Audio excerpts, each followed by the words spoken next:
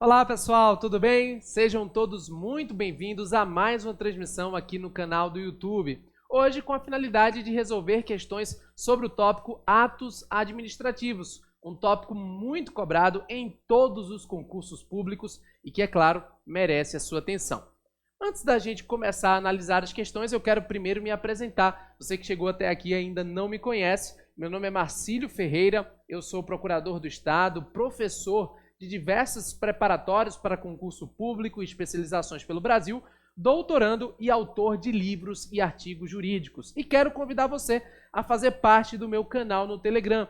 Lá eu posto conteúdo diariamente de forma gratuita. Inclusive, as questões que nós vamos realizar hoje foram disponibilizadas previamente lá no canal. Então, é muito simples. Pegue o seu celular agora e aponte a câmera dele para esse QR Code. Você, então, terá acesso imediato e gratuito ao meu canal no Telegram, tá bom? Vamos, então, resolver aqui algumas questões sobre o tópico de atos administrativos. Esse tópico que está presente em praticamente todos os concursos públicos.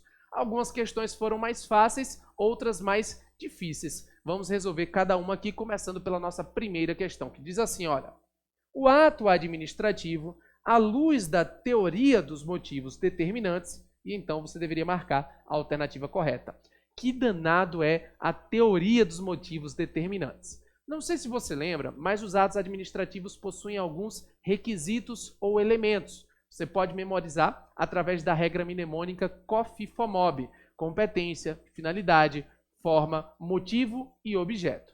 O motivo, ele está presente em todos os atos administrativos e ele precisa ser verdadeiro quando for indicado no ato administrativo.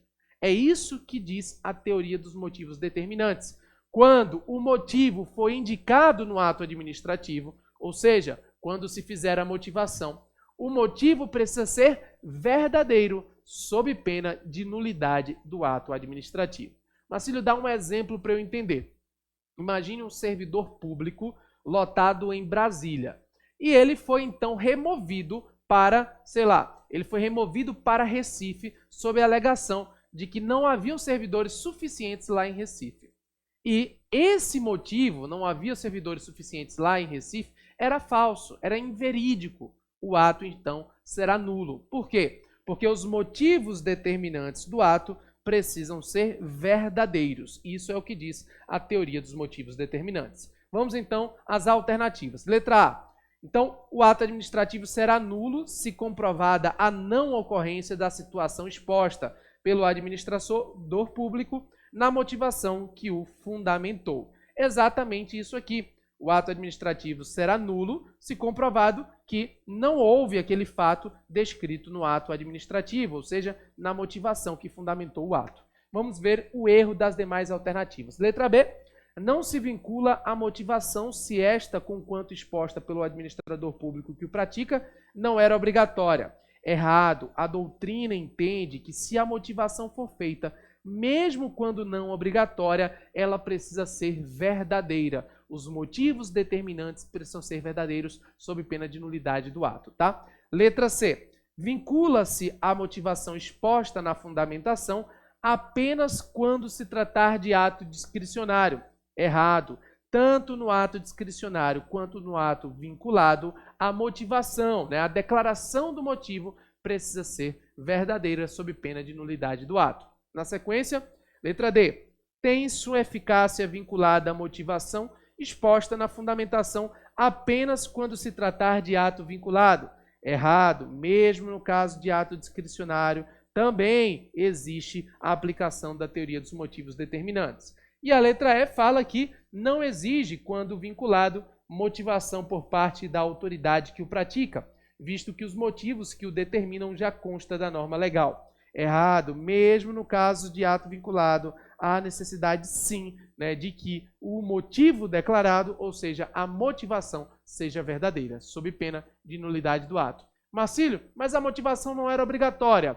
Se foi feita, a motivação, ou seja, o motivo declarado, precisa ser verdadeiro. Isso é o que diz a teoria dos motivos determinantes, muito cobrada em prova. Tranquilo?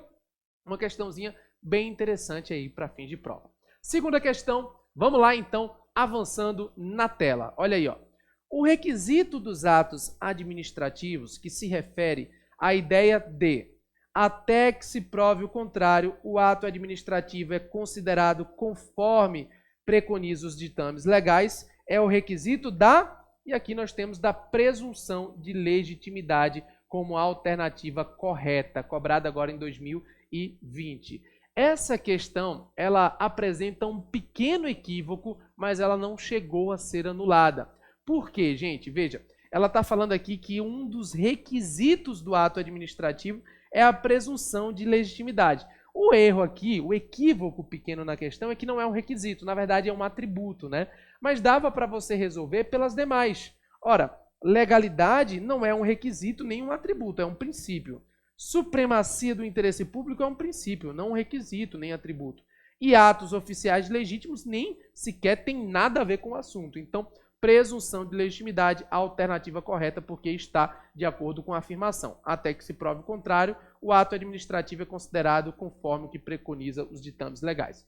Lembrando que a presunção de legitimidade dos atos administrativos é uma presunção relativa, ou seja, admite-se prova em contrário. Os atos administrativos, eles são presumidamente compatíveis com a lei até que se prove o contrário. Você pode impugnar através de uma ação, através de um mandado de segurança, através de algum ponto, né, alguma medida processual adequada. Então, apenas para que você saiba, essa questão alternativa correta é a letra A, lembrando que existe esse pequeno equívoco aí, presunção de legitimidade, na verdade é um atributo, tá? Beleza, vamos para mais uma questão. Segundo Alexandrino e Paulo, sobre a definição de ato administrativo, quanto à sua extinção. Então, a pergunta aqui é sobre a extinção do ato administrativo. E nós sabemos que o ato administrativo pode ser extinto de diversas formas, por renúncia do interessado, né, por perda do objeto da pessoa, por retirada através de anulação, revogação, cassação, caducidade, contraposição, enfim, é um tópico muito cobrado em prova. Vamos então às alternativas. Letra A fala o seguinte: a caducidade é a forma de extinção decorrente da desobediência pelo beneficiário dos requisitos outrora impostas. Errado, isso não é caducidade.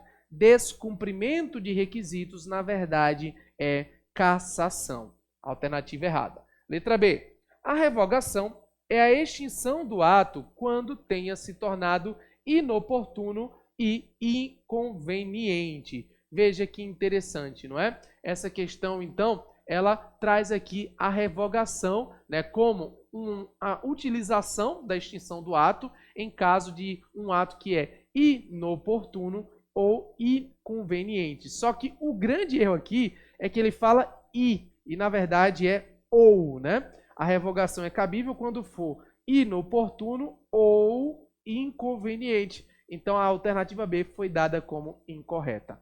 Letra C. A cassação ocorre quando surge novo diploma legislativo com requisitos diferentes daqueles que fundamentam a edição do ato, obstando, desse modo, a permanência dele no mundo jurídico. Também errado, isso não é cassação, isso é caducidade. Ele trocou a letra A com a letra B. Portanto, a letra D é a alternativa correta. A anulação é a retirada do ato do mundo jurídico pela constatação de um vício sanável ou não, relativa à legalidade e legitimidade. Se o vício for insanável, a anulação é obrigatória. Perfeito, não é?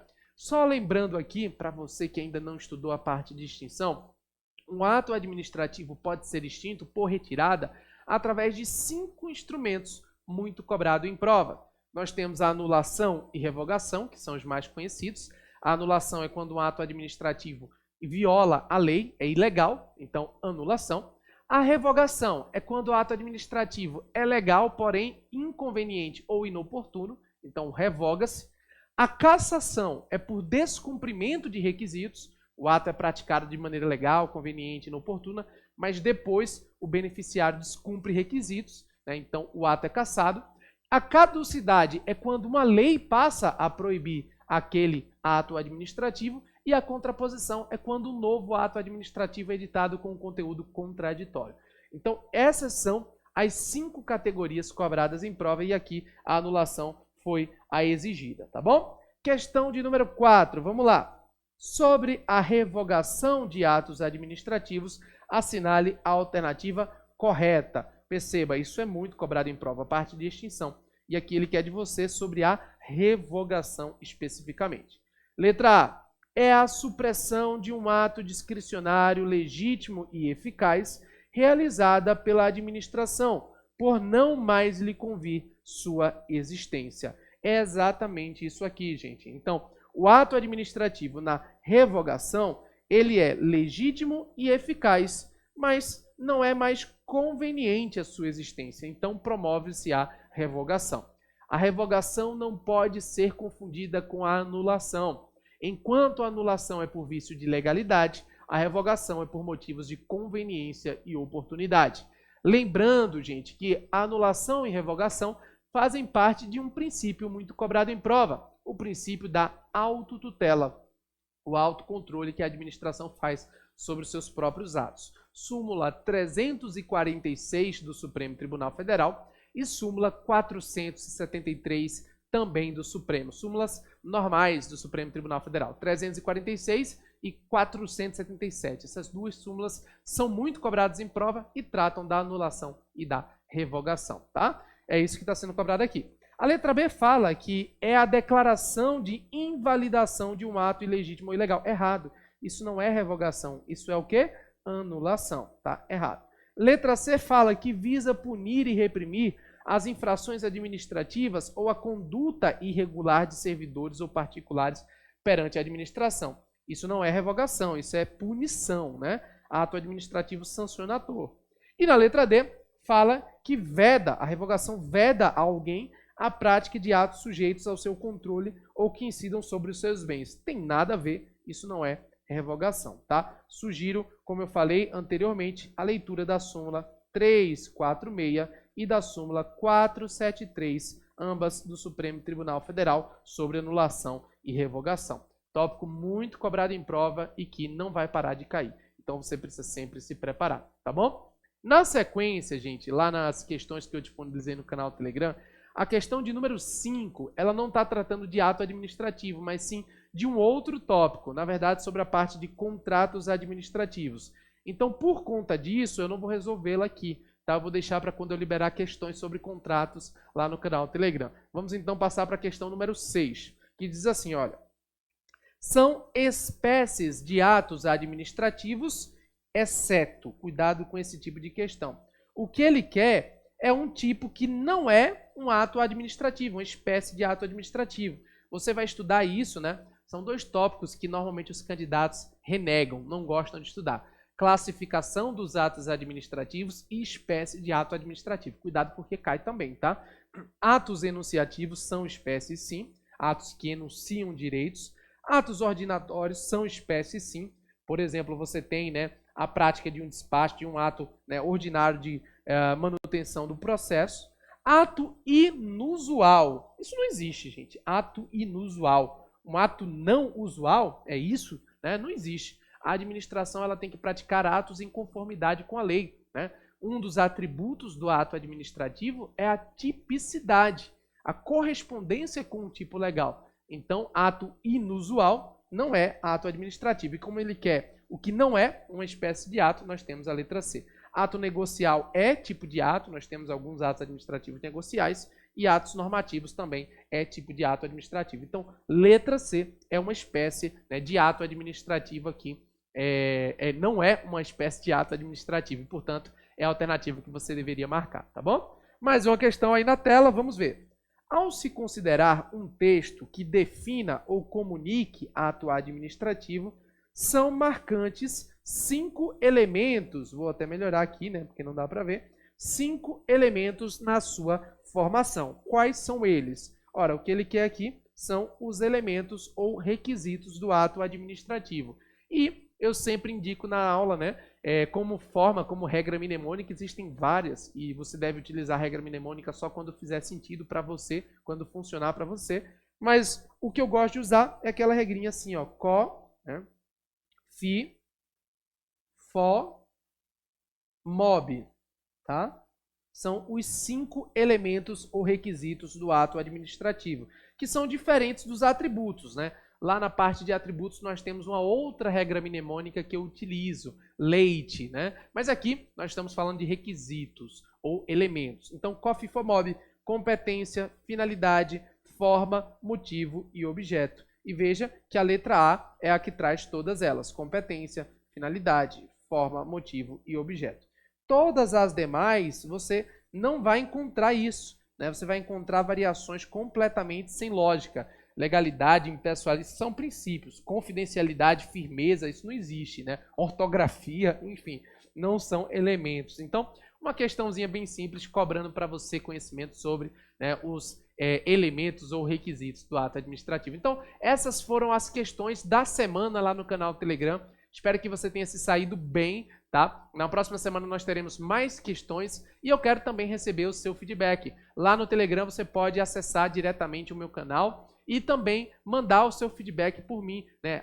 @marciliofer. Pode também no meu Instagram, que é a mesma coisa, @marciliofer, deixar o seu direct, eu estou à sua disposição para te ajudar como for possível, tá bom? Então, desejo você uma excelente semana, que você possa aproveitar da melhor maneira possível e, é claro, bons estudos. Um forte abraço e até a próxima. Valeu, pessoal!